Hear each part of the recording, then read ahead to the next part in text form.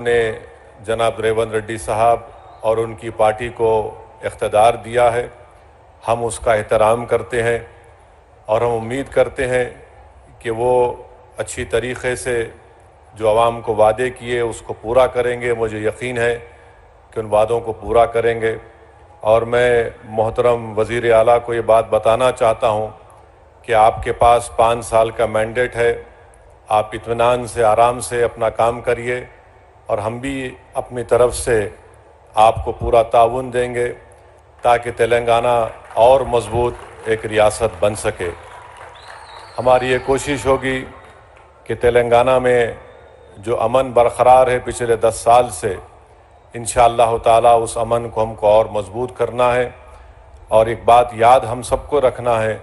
کہ جتنا امن مضبوط ہوگا اتنی اونچائیوں پر تلنگانہ کو آپ اور ہم اور ریونت ریڈی صاحب لے کر جا سکتے ہیں۔ چوتھی بات میں یہ کہنا چاہوں گا کہ ہم کو نہ صرف اپنے وطن عزیز کو بلکہ ہماری ریاست کو فسطائی طاقتوں سے بچانا ہے۔ فرقہ پرستی اور یہ نفرت کا جو ماحول پورے ملک میں آج ہے، اس نفرت کے ماحول کو ہم کو روکنا ہے، اور تلنگانہ میں ایک بھائی چارگی کا ماحول ہے، اور آپ اور ہم جانتے ہیں وہ کون سی ایسی طاقتیں ہیں جو آپ کے اور ہمارے دلوں کو توڑنا چاہتی ہے، جو ہماری اس محبت کی تہذیب میں زہر بھرنا چاہتی ہے۔ تو ہم کو اور آپ کو کوشش کرنی چاہیے کہ جو نفرت آمیز باتیں ہیں، جو لوگ دلوں کو توڑنے کی بات کرتے ہیں، جو لوگ گھروں کو توڑنے کی بات کرتے ہیں، آپ کو اور ہم کو مل کر ایسی طاقتوں کو کمزور کرنے کی ضرورت ہے، اور مجلس شروع سے کوشش کرتی آئی ہے کہ ایسی طاقتوں کو کبھی بھی کسی مقام پر اقتدار نہ ملے۔ تو میں اپنی جانب سے چیف منسٹر کو یہ بتا رہا ہوں کہ ہم چاہتے ہیں کہ